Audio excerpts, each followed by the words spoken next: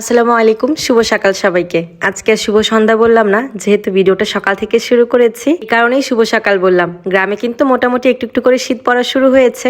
ঢাকার কি অবস্থা বলেন তো? সকাল সকাল ঘুম থেকে উঠেই সবজি সংগ্রহে বের হয়েছি। আজকে নিয়তি করে রেখেছিলাম যে গাছে যা যা ধরেছে তাই রান্না করব। গ্রামে আসার পর গাছের অনেক লাউ খেয়েছি, মাঝখানে কিছুদিন বন্ধ ছিল, তবে এখন আবার মাশাআল্লাহ অনেক লাউ ধরছে। তো আজকে একটা ছিঁড়ে নিয়েছি, লাউটা মাছ দিয়ে রান্না করব। আর এদিকে কিছু মরিচ ছিঁড়ে নিচ্ছি। গাছের সাইজগুলো দেখেছেন, কত ছোট গাছ, কিন্তু মাশাআল্লাহ কত বড় বড় মরিচ হয়েছে। আরো 6-7 মাস আগে ঈদের সময় অনেক বড় বড় মরিচ গাছ ছিল আমাদের, তো তখন মরিচ গাছটা একদম ভরে যেত মরিচ দিয়ে। তবে এবার দেখলাম এই ছোট ছোট গাছে অনেক মরিচ হয়েছে। গাছগুলো বড় হতে হতে আশা করা যায় আরো অনেক বেশি মরিচ ছিঁড়তে পারবো ইনশাল্লাহ। তো আমি গাছে যে কটা মরিচ খাওয়ার মতো হয়েছে তুলে নিচ্ছিলাম। এই মরিচ গাছটা দেখেন, মরিচগুলো একদম কালো কালো। এই মরিচগুলো কিন্তু অনেক ঝাল হয়, আর কি সুন্দর যে একটা স্মেল আসে। গরম ভাতের সাথে ভর্তা দিয়ে এই মরিচগুলো মেখে খেতে কিন্তু অনেক মজা লাগে। তো আজকে গাছগুলো থেকে এই কয়টা মরিচ পেয়েছি, এই কয়টা মরিচ দিয়ে কিন্তু দিব্যে এক পদে রান্না হয়ে যাবে, কি বলেন? গাছে কিন্তু মাশাআল্লাহ বেগুনও ধরেছে, কিছু গাছে ফুল এসেছে, কিছু গাছে বেগুন বড়ও হয়ে গেছে। এগুলো আবার আরেকদিন তুলে খেতে হবে। আমার ভাইটা কিন্তু একটা বুদ্ধিমানের মতো কাজ করেছে, বাড়ির একদম চারিপাশ দিয়ে গাছ লাগিয়েছে, অনেক রকমের সবজি গাছ লাগিয়েছে, তো এই কারণে বেশ ভালোই উপকার হয়েছে। করলা গাছটাও বেশ ভালোই ডালপালা মেলে ছড়িয়েছে, কিছু করলাও ধরেছে, কিন্তু সাইজগুলো কিন্তু একদম ঠিকঠাক মতনই হয়েছে, একদম খাওয়ার উপযুক্ত। তো যে কয়টা বড় হয়েছে সেগুলো একটু তুলে নিচ্ছি।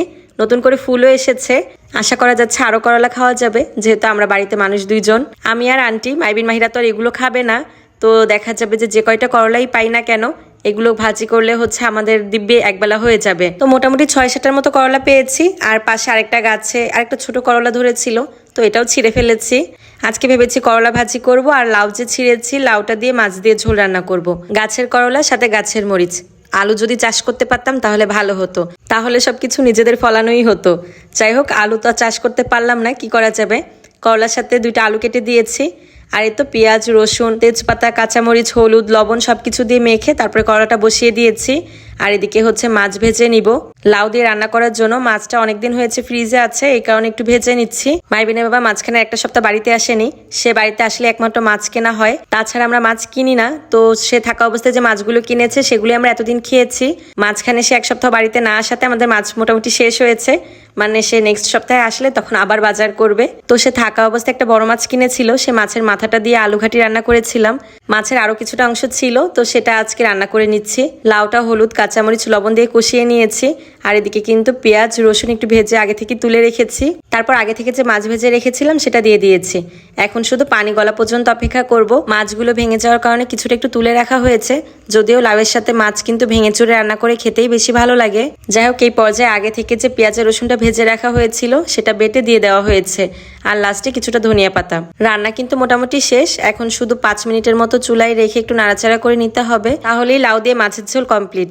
তো এদিকে আমাদের করলা ভাজিও করা শেষ, লাউয়ের ঝোলও রান্না করা শেষ, আর এখন খেয়ে নিতে হবে। সকালবেলা গরম ভাতের সাথে গরম গরম করলা ভাজি, সাথে একটু ঘি দিয়ে খেতে কিন্তু অনেক মজা লাগে। যারা ঘি দিয়ে করলা ভাজি আগে কখনো খাননি, খেয়ে দেখতে পারেন। আমার কাছে তো মজা লাগে, আপনাদের কাছেও আশা করা যায় ভালোই লাগবে।